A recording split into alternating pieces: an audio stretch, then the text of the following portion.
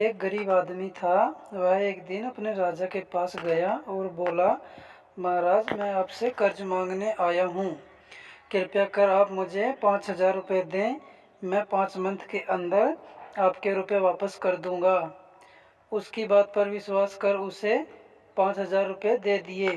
5 month बीत जाने के बाद भी जब वह उस व्यक्ति ने राजा के 5,000 रुपये नहीं लौटाए, तब राजा को मजबूरन उसके घर जाना पड़ा, लेकिन वहाँ वह व्यक्ति नहीं मिला।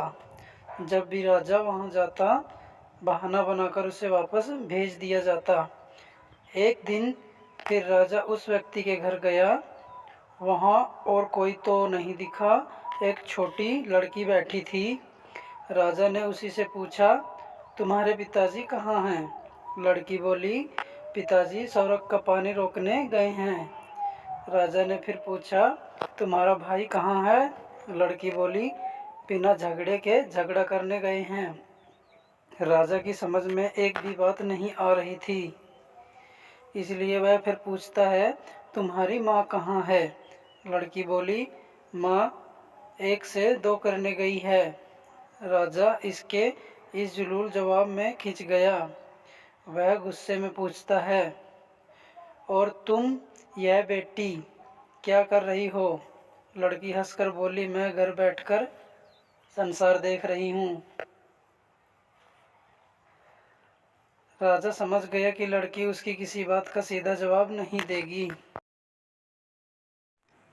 इसलिए उसे अब इससे इन बातों का मतलब जानने के लिए प्यार से बतियाना पड़ेगा। राजा ने चेहरे पर प्यार से मुस्कान लाकर पूछा, बेटी, तुमने जो अभी अभी मेरे सवालों के जवाब दिए, उनका मतलब क्या है? मैं तुम्हारी एक भी बात का मतलब नहीं समझ सका। तुम मुझे सीधे सीधे उनका मतलब समझाओ। लड़की ने भी मुस्कुराकर पूछा, अगर मैं सभी बातों का मतलब समझा दूं तो आप मुझे क्या देंगे?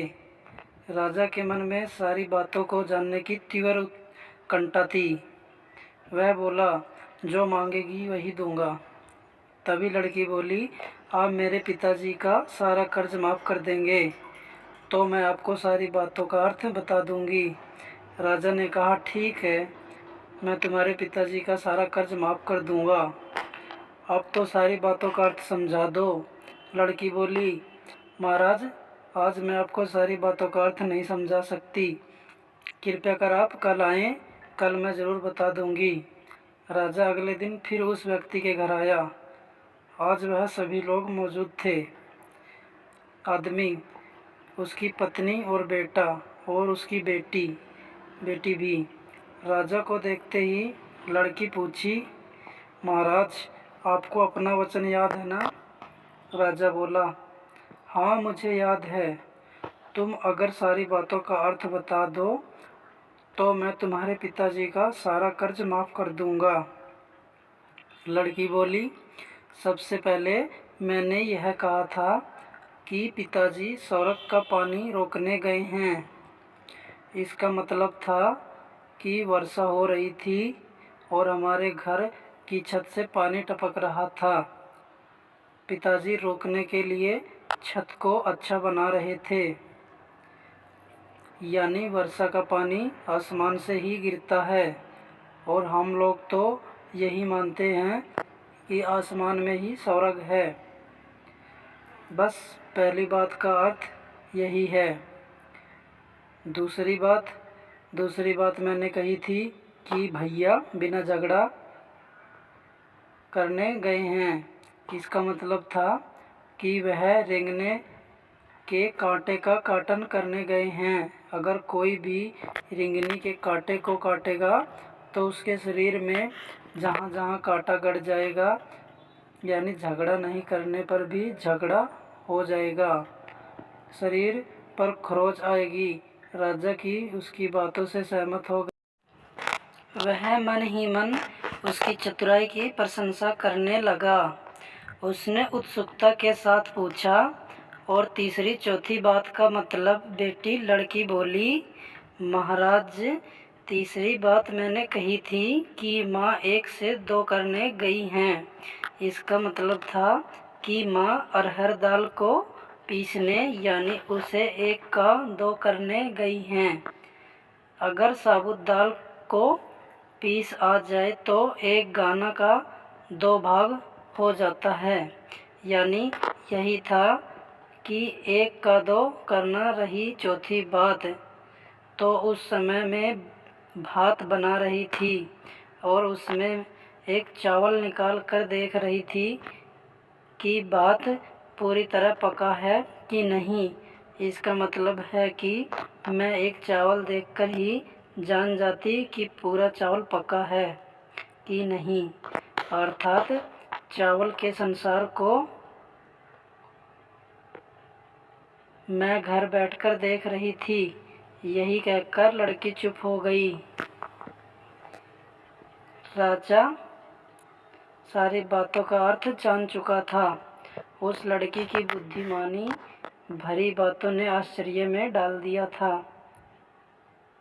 फिर राजा ने कहा, बेटी तुम तो बहुत चतुर हो, पर एक बात समझ में नहीं आई कि यह सारी बातें तो तुम मुझे कल भी बता सकती थी। फिर तुमने मुझे आज क्यों बुलाया? लड़की हंसकर बोली, मैं तो बता ही चुकी हूँ कि कल जब आप आए थे तो मैं भात बना रही थी। अगर मैं आपको अपनी बातों का मतलब समझा नहीं लगती तो भात गीला हो जाता या जल जाता, तो माँ मुझे ज़रूर पीटती। फिर घर में कल कोई भी नहीं था। अगर मैं इनको बताती कि आपने कर्ज माफ़ कर दिया है तो यह मेरी बात का विश्वास नहीं करते। आज सोए आपके मुंह से सुनकर कि आपने कर्ज माफ़ कर दिया है, जहाँ इन्हें विश्वास हो जाएगा वहाँ खुशी भी होगी। राजा लड़की की बात सुनकर बहुत प्रसन्न हो गया। उसने अपने गले से मोतियों की माला निकाल के उसे देते हुए कहा, बेटी यह लो अपनी चतुराई का पुरस्कार। तुम्हारे पिताजी का कर्ज तो मैं माफ़ कर चुका हूँ। अब तुम्हें या तुम्हारे घर वालों को मुझसे बहाना नहीं बनाना पड़ेगा। अब तुम लोग निश्चिंत होकर रहो। अगर फिर भी कभी किसी चीज़ की कोई ज़रूरत हो तो बेझिझक होकर मुझसे कहना। इतना कहकर राजा लड़के को आशीर्वाद देकर चला गया। लड़के के परिवार वालों ने उसे